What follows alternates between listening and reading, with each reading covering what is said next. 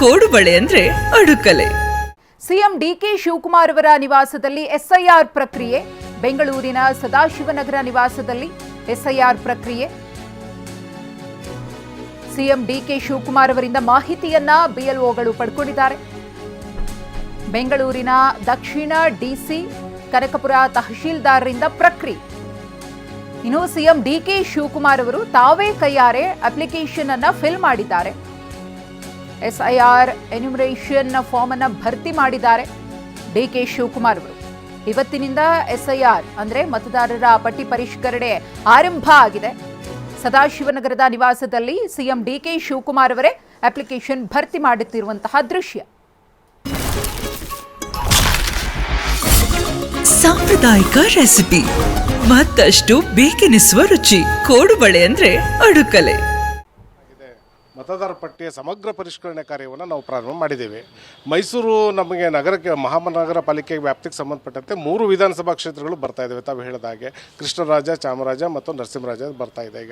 ಈಗ ನಾವು ಚಾಮರಾಜ ಮತಕ್ಷೇತ್ರಕ್ಕೆ ಸಂಬಂಧಪಟ್ಟಂತಹ ವಿಧಾನಸಭಾ ಕ್ಷೇತ್ರಕ್ಕೆ ಸಂಬಂಧಪಟ್ಟಂಥ ವ್ಯಾಪ್ತಿಯಲ್ಲಿದ್ದೀವಿ. ಈಗ ಒಂದು ಮನೆಗೆ ಬಂದು ನಾವು ಇದಕ್ಕೆ ಸಂಬಂಧಪಟ್ಟಂತೆ ಫ್ರೀ ಪ್ರಿಂಟೆಡ್ ಫಾರ್ಮ್ ಒಂದು ಇದೆ. ಈಗ ಇದು ಎನ್ಯುಮರೇಷನ್ ಫಾರ್ಮ್ ಅಂತ ಕರಿತೀವಿ ನಾವು ಅದನ್ನು. ಇದು ಕನ್ನಡದಲ್ಲೇ ಮುದ್ರಿತವಾಗಿದೆ, ಗಣತಿ ನಮೂನೆ ಇದು. ಇದನ್ನು ನಾವು ಸಂಬಂಧಪಟ್ಟಂಥ ಮತದಾರರಿಗೆ ಕೊಡ್ತೇವೆ. ಈ ಮತದಾರ ಪಟ್ಟಿಯಲ್ಲಿ ಈ ಫಾರ್ಮಲ್ಲಿ 3 ಕಾಲಮ್ಗಳು ಬರ್ತವೆ, 3 ವಿಭಾಗಗಳು ಬರ್ತವೆ.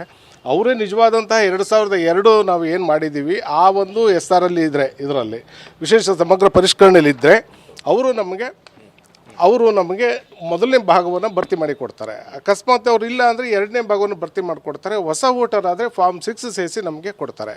ಈಗ ಇದು 1 ತಿಂಗಳು.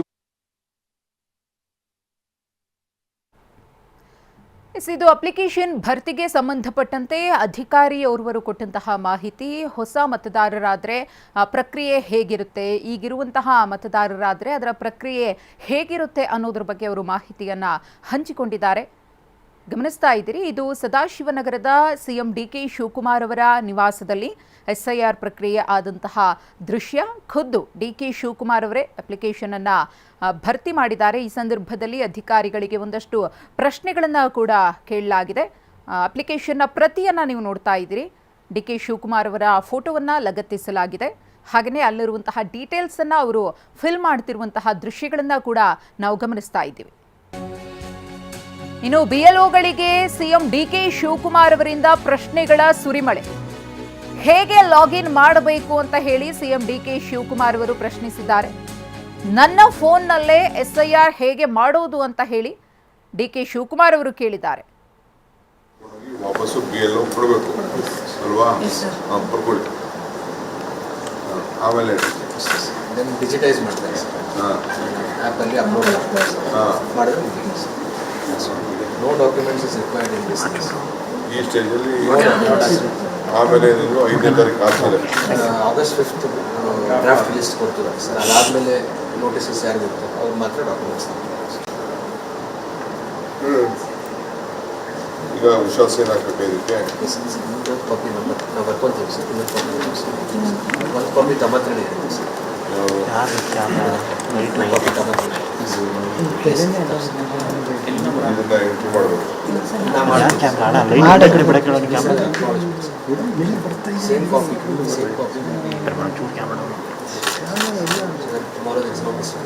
ಕೊಡಿ. ಮಿಕ್ಕಿದ್ದು ಧಾರವಾಡ ಮೇಲೆ ಮಕ್ಕಳೆಲ್ಲ ಸಿಗ್ಲಿಕ್ಕಿಲ್ಲ ತಗೊಂಡು ಏನಂತ ಅಕಸ್ಮಾತ್ ನಮ್ಮ ಮನೇಲಿ ನನ್ನ ಒಬ್ಬರು ಇಲ್ಲ ಅಂದ್ಕೊಡಿ, ಹೊರಗಡೆ ಹೋಗಿದ್ದಾರೆ ಕೆಲಸಕ್ಕೆ, ಆಗ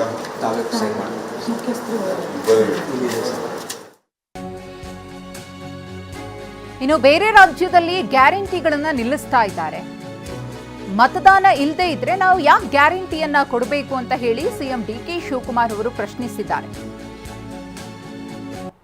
ಮತ್ತೆ ಇದು ಕರ್ನಾಟಕದ ದೃಷ್ಟಿಯಿಂದ ಸಾಕಷ್ಟು ಮಹತ್ವದಲ್ವ ಸರ್? ಯಾಕಂದ್ರೆ ನೀವು ಗ್ಯಾರಂಟಿ ಲಿಂಕ್ ವಿಚಾರ ಈಗಾಗಲೇ ಆಲ್ರೆಡಿ ಹೇಳಿದ್ದೀರಾ. ನಾನು ಯಾಕೆ ಹೇಳಿದ್ದೀನಿ ಅಂದ್ರೆ, ಬೇರೆ ರಾಜ್ಯದಲ್ಲಿ ಈ ಏನು ಗ್ಯಾರಂಟಿಗಳನ್ನ ಕೊಡ್ತಾ ಇದ್ದಾರೆ, ಸರ್ಕಾರದ ಸೌಲಭ್ಯ ಕೊಟ್ಟಿದ್ದಾರೆ, ಅದನ್ನೆಲ್ಲ ನಿಲ್ಲಿಸ್ತಾ ಇದ್ದಾರೆ. ಬಿಹಾರಲ್ಲಿ ನಿಲ್ಲಿಸ್ತಾ ಇದ್ದಾರೆ, ವೆಸ್ಟ್ ಬೆಂಗಾಲಲ್ಲಿ ನಿಲ್ಲಿಸ್ತಾ ಇದ್ದಾರೆ, ಬೇರೆ ಕಡೆ ಎಲ್ಲ ನಿಲ್ಲಿಸ್ತಾ ಇದ್ದಾರೆ. ಅದೇ ಮಾನದಂಡ ನಮ್ಮ ರಾಜ್ಯಕ್ಕೂ ಬರ್ಬೋದು. ಈಗ ಅವನು ಮತದಾರ ಇಲ್ಲದೆ ಹೋದ್ಮೇಲೆ ನಾವು ಯಾಕೆ ಗ್ಯಾರಂಟಿ ಹಣವನ್ನು ಕೊಡಬೇಕು? ಎಲ್ಲೋ ವೋಟ್ ಇಟ್ಕೊಂಡು ಎಲ್ಲೋ ಗ್ಯಾರಂಟಿ, ಇಲ್ಲಿ ವೋಟ್ ಮತದಾರ ಇತ್ತು ಅಂದ್ರೆ ಅವನಿಗೆ ಕೊಡೋಣ. ಯಾವುದೋ ಊರಿಂದ ಬಂದು ಅಲ್ಲೂ ತಗೊಂಡು ಇಲ್ಲೂ ತಗೊಳ್ಳೋದಕ್ಕೆ ಅವಕಾಶ ಕೊಡೋಕ್ಕಾಗಲ್ಲ. ಎಲ್ಲರೂ ಒಂದು ಕಡೆ ಕೊಡಬೇಕಲ್ಲ. ಅದಕ್ಕೆ ನಮ್ಮಲ್ಲಿ ಯಾರು ರಾಜ್ಯದವರು ಇದ್ದಾರೆ ನಮ್ಮ ರಾಜ್ಯದವ್ರಿಗೆ ಕೊಡಬೇಕು ಅನ್ನೋದು ನಮ್ಮೆಲ್ಲರ ಚಿಂತನೆ. ಮತ್ತೆ ಇದು ಕರ್ನಾಟಕದ ದೃಷ್ಟಿಯಿಂದ ಸಾಕಷ್ಟು ಮಹತ್ವದ್ದಲ್ವಾ ಸರ್? ಯಾಕಂದ್ರೆ ನೀವು ಗ್ಯಾರಂಟಿ ಲಿಂಕ್ ವಿಚಾರ ಈಗಾಗಲೇ ಆಲ್ರೆಡಿ ಇವತ್ತಿನಿಂದ ಸ್ಪೆಷಲ್ ಇನ್ಸೆಂಟಿವ್ ರಿವಿಷನ್ SIR ಮತದಾರರ ಪರೀಕ್ಷಣೆ ಇವತ್ತಿಂದ ಪ್ರಾರಂಭ ಆಗಿದೆ. ನನ್ನ ಮನೆಯಿಂದನೇ ನಮ್ಮ ರಾಮನಗರ ಇಲ್ಲಿ ಕೆಲಸ ಮಾಡ್ತಿರೋಂಥ ನಮ್ಮ ಬೆಂಗಳೂರು ದಕ್ಷಿಣ ಜಿಲ್ಲೆಯವರು ಅವರು ಬಂದು ನಮ್ಮಿಂದನೇ ಪ್ರಾರಂಭ ಮಾಡಿದ್ದಾರೆ. ನಾನು ನನ್ನ ಎನ್ಯುಮರೇಷನ್ ಫಾರಂನ ನಾನು ಸೈನ್ ಹಾಕಿ ಕೊಟ್ಟಿದ್ದೇನೆ. ಸ್ವಲ್ಪ ಮಾಹಿತಿಯನ್ನು ಎಲ್ಲರಿಗೂ ಕೂಡ ನಾನು ಮನವಿ ಮಾಡಿಕೊಳ್ಳೋದು, ನೀವು ವಾಪಸ್ಸು ನಿಮ್ಮ ಹಳೆ ನಂಬರ್ ವೋಟರ್ ಲಿಸ್ಟ್ ಟೈಮಲ್ಲಿ ಯಾವಾಗ ಫೋನ್ ನಂಬರ್ ಕೊಟ್ಟಿರ್ತೀರಿ ನೀವು ಡೌನ್ಲೋಡ್ ಮಾಡ್ಕೊಳ್ಬೇಕಾದಾಗ ನೀವೇ ಸ್ವಂತ ಡೌನ್ಲೋಡ್ ಮಾಡ್ಕೊಳ್ಬೇಕಾದ್ರೆ ಹಳೆ ಫೋನ್ ನಂಬರ್ನ ನೀವು ಕೊಡಬೇಕಾಗ್ತದೆ. ಮತದಾರರ ಹೆಸರನ್ನ ಜೊತೆಗೆ ಮೊಬೈಲ್ ನಂಬರ್ ಕೂಡ ಹಿಂದೆ ಲಿಂಕ್ ಆಗಿದೆ. ಇಲ್ಲ ಈಗ ಬೇಕಾದ್ರೆ ಅವ್ರಿಗೆ ನಮ್ಮ ಅಧಿಕಾರಿಗಳಿಗೆ ಹೇಳಿ ಹೊಸ ನಂಬರ್ನ ನೀವು ಆಡ್ ಮಾಡ್ಕೊಳ್ಳಿಕ್ಕೆ ಒಂದು ಅವಕಾಶ ಇದೆ. ಯಾವ ನಂಬರ್ ಕೊಟ್ಟಿರ್ತೀರಿ ಆ ನಂಬರ್ಗೆ OTP ಕೂಡ ಬರೋಂಥ ಒಂದು ಅವಕಾಶ ಇದೆ. ಸೊ ನೀವು ಹೊಸ ಎನ್ಯುಮರೇಷನ್ ಫಾರಂ ಕೂಡ ನೀವು ಡೌನ್ಲೋಡ್ ಮಾಡ್ಕೊಳ್ಳಿಕ್ಕೆ ಅವಕಾಶ ಇದೆ. ಹೆಸರಲ್ಲಿ ತಿದ್ದುಪಡಿ ಮಾಡಿಕೊಳ್ಳಿಕ್ಕೆ ಕೂಡ ಅವಕಾಶ ಇದೆ. BLA, BLO ಹಾಗೂ ಸೂಪರ್ವೈಸರ್ ಅವರೆಲ್ಲರೂ ಕೂಡ ವಾಟ್ಸಪ್ ಗ್ರೂಪ್ಗಳನ್ನು ಈಗಾಗಲೇ ಮಾಡಿಕೊಂಡಿದ್ದಾರೆ.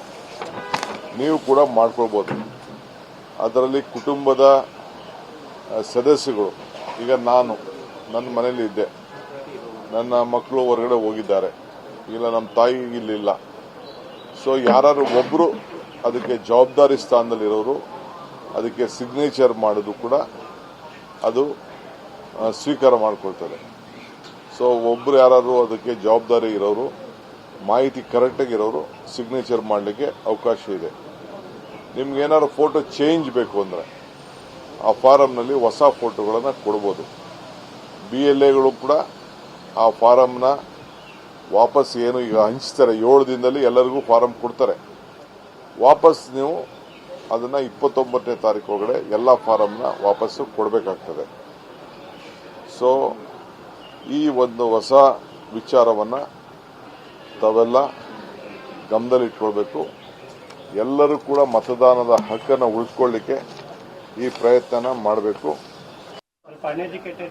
ನಾನು ಅನ್ಎಜುಕೇಟೆಡ್, ನಾನು ಟ್ರೈ ಮಾಡಿದೆ. ಅದಕ್ಕೆ ನಾನು ಬೇರೆಯವ್ರು ಕೇಳ್ತೇವೆ. ನನಗೆ ಈ ಆ್ಯಪ್ ಎಲ್ಲ ನನಗೂ ಗೊತ್ತಿಲ್ಲ, ಡೌನ್ಲೋಡ್ ಮಾಡ್ಕೋದು ಗೊತ್ತಿಲ್ಲ. ಅದಕ್ಕೆ ನಾನು ಪ್ರಯತ್ನ ಮಾಡ್ತಾ ಇದ್ದಿದ್ದು. ಸೊ ಅದಕ್ಕೆ ನಾನು ಹೇಳ್ತಾ ಇದ್ದೀನಿ, ನೇರವಾಗಿ ಆ ಆ್ಯಪಲ್ಲಿ ಮಾಡ್ಕೊಳ್ಳೋದು ಬೇರೆ. ನೀವು ಫಾರಂ ತೆಗೆದುಕೊಂಡು ಆ ಫಾರಂನ ಎಂಟ್ರಿ ಮಾಡುವಂತ ಕೆಲಸ ನೀವು ಮಾಡಿ. ಕೋಡುಬಳೆ ಅಂದ್ರೆ ಅಡುಕಲೆ.